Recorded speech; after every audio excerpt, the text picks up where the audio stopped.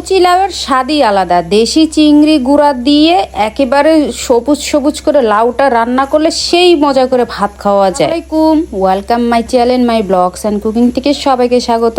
আমার চ্যানেলটাকে অবশ্যই লাইক কমেন্ট এবং সাবস্ক্রাইব করবে ভালোবেসে, এবং ভালোবাসার জায়গা থেকে আমি তোমাদের কাছে দাবি রেখে গেলাম। এই যে আমার খালাটা সুন্দর করে কিন্তু লাউটাকে দেখো কত সুন্দর করে ছিলে, এবং তারপরে কি করলো বটি দিয়ে কেটে আমাকে এখন ধুয়ে একেবারে রেডি করে দিবে। আমি রান্না করব এটাকে নিয়ে। আমার চ্যানেলটাকে অবশ্যই লাইক কমেন্ট এবং সাবস্ক্রাইব করবে ভালোবেসে, এবং আমি যে তোমাদের মাঝে রেগুলার ডেইলি লাইফে রান্নাগুলো শেয়ার করি সেটা তোমাদের কাছে কেমন লাগে অবশ্যই কিন্তু সেটাও তোমরা বলতে ভুলো না কমেন্ট করে। খালা আমাকে সুন্দর করে লাউটা কিন্তু ধুয়ে দিচ্ছে, আর আমি ওদিকে চলে গেলাম কোথায় রান্না করতে।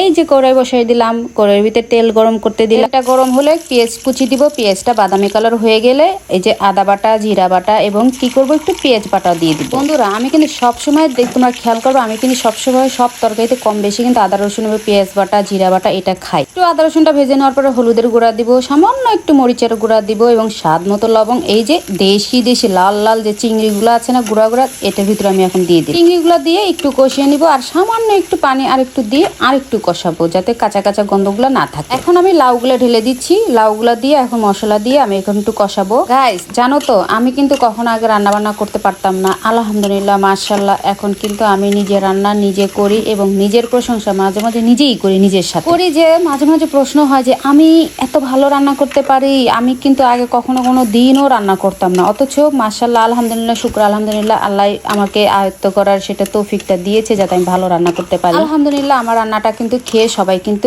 মাশাআল্লাহ সবসময় প্রশংসা করে, সেই প্রশংসার জায়গা থেকে কিন্তু তোমাদের সঙ্গে আমি রান্নাগুলো শেয়ার করি। লাউটা অনেকটা কষানো হয়েছে, আমি এখন এটার ভিতরে আমি দিয়ে দিব হচ্ছে একটু গরম পানি। সবসময় কিন্তু আমি গরম পানিটা দিয়ে থাকি, তোমরা যারা আমার রেগুলার ফলোয়ার্স আছে, ভালোবাসার বন্ধু বান্ধব আছে, এটা কিন্তু জেনে থাকবা ভিডিওটা দেখে থাকলে। গরম পানিটা দেওয়ার পর আরেকটু হওয়ার জন্য টাইম দিব, আবার কি করবো একটু কয়েকটা গোটা কাঁচামরিচ দিয়ে দিব যাতে একটুখানি ঝাল হালকা লাগে সেজন্য। মাশাআল্লাহ লাউটা কিন্তু প্রায় হয়ে এসেছে, আর একটু পরে আমি কি করবো আবার একটু ধনেপাতা দিয়ে দিব যাতে ফ্লেভারটা ভালো আসে, কারণ লাউয়ের ভিতরে তুমি ধনেপাতা যদি না দাও তাহলে প্রকৃত টেস্টটা কিন্তু তুমি মিস করে ফেলবা। মাশাআল্লাহ আলহামদুলিল্লাহ লাউটা কিন্তু অলরেডি কিন্তু কমপ্লিট হয়েছে, এবং কেমন হয়েছে কালারটা কেমন আসছে অবশ্যই কিন্তু বলবে। এবং দেখো আমি কিন্তু সবসময় সবুজ কালারই রাখতে চাই এবং সবুজটাই রাখি। কেমন হয়েছে অবশ্যই লাইক কমেন্ট করে কিন্তু তোমাদের ভালো লাগাটা আমার কাছে প্রকাশ করবে, এটা আমি খুবই খুশি হব, আনন্দিত হব তোমাদের মতামতটা পেয়ে। আমার চ্যানেলটাকে সাবস্ক্রাইব এবং লাইক কমেন্ট করতে কিন্তু ভুলবে না। আর লাউটা কেমন হলো অবশ্যই কিন্তু বলবে। লাউটা কিন্তু অনেক সফট হয়েছে, আমি যখন খেয়েছি আমার কাছে খুবই মুখে লেগে আছে, এত টেস্ট হয়েছে মাশাআল্লাহ আলহামদুলিল্লাহ। প্লেট দেখলে বুঝতে পারবে কতগুলো আমি লাউ নিয়েছি এবং নিয়ে আমি তৃপ্তি করে খেয়েছি। আর লাউ কিন্তু খুবই উপকারী, পেট কিন্তু অনেক ঠান্ডা রাখে। Thanks for watching my video.